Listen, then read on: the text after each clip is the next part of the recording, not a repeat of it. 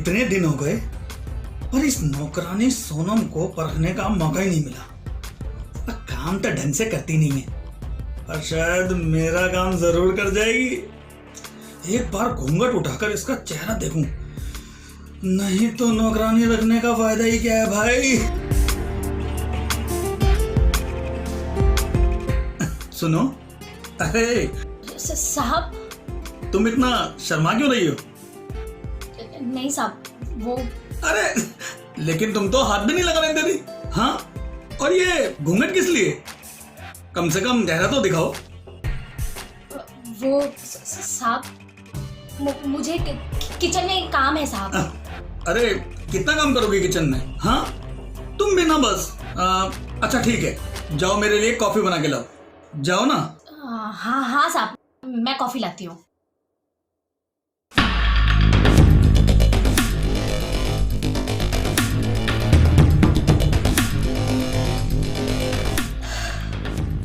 हे भगवान, बच गई आज। बस बहुत हुआ, और बर्दाश्त नहीं कर सकती मैं। अब जो करने आई हूं वो करूंगी।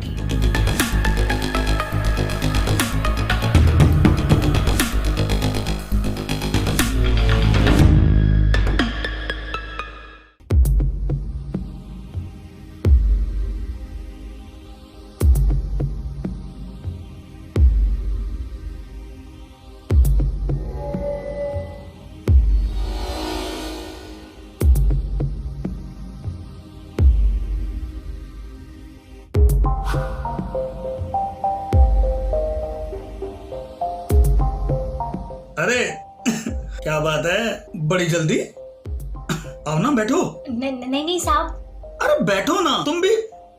आओ बैठो, आओ। अरे आओ। जी साहब। क्या बात है, कॉफी तो बहुत अच्छी लग रही है। हाँ साहब, आपको मेरे हाथ का कुछ पसंद ही नहीं आता था, तो ये कॉफी बहुत प्यार से बनाई है मैंने आपके लिए। सच में बहुत ही अच्छी कॉफी बनाई है तुमने। साहब पीजिए ना कॉफी। हाँ भाई, पीनी ही पड़ेगी। अच्छा एक बात बताओ, तुम ये घूंघट क्यों हमेशा करके रखती हो?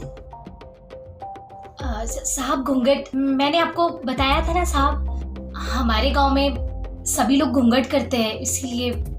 अरे लेकिन मुझसे कैसी शर्म? मेरे सामने तो उतार ही सकती हो। वैसे भी देखो, इस घर में अभी कोई भी नहीं। साहब कॉफी रख क्यों दी, पीजिए ना, मैंने बहुत दिल से बनाई है आपके लिए।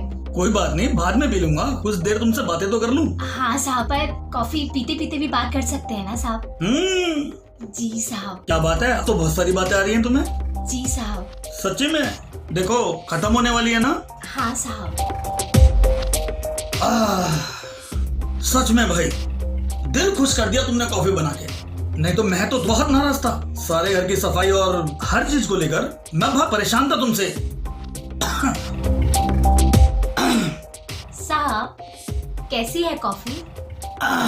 कॉफी तो अच्छी थी, लेकिन कुछ अजीब सा क्यों हो रहा है? क्या हुआ साहब, कुछ हो रहा है क्या साहब?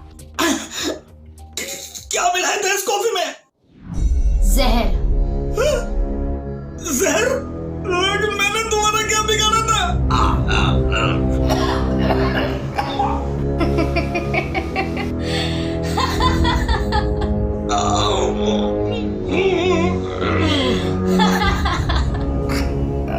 कौन हो तुम? कौन हूँ मैं?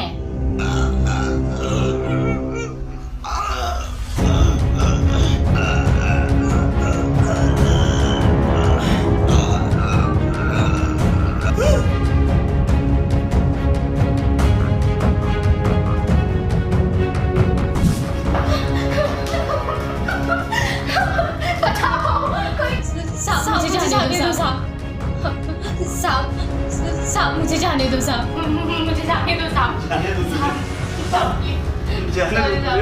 मुझे छोड़ दो साहब। साहब साहब आया कुछ याद? तुम विमला की बेटी हो? हाँ, मैं उसी बिमला की बेटी हूँ जिसके साथ तूने हैवानियत करी थी। तूने मेरी माँ की जिंदगी बर्बाद करके रख दी। उसके ऊपर से तेरी वो धमकी, मेरी माँ अंदर ही अंदर घुटती रही और कभी तेरी वजह से अपना हाल किसी को बता नहीं पाई। और एक दिन ऐसा आया कि मेरी माँ अपनी जान लेने पे मजबूर हो गई। अगर मेरी माँ मरने से पहले मेरे लिए चिट्ठी नहीं छोड़ती ना, तो मुझे तुझ जैसे हैवान के बारे में पता ही नहीं चलता।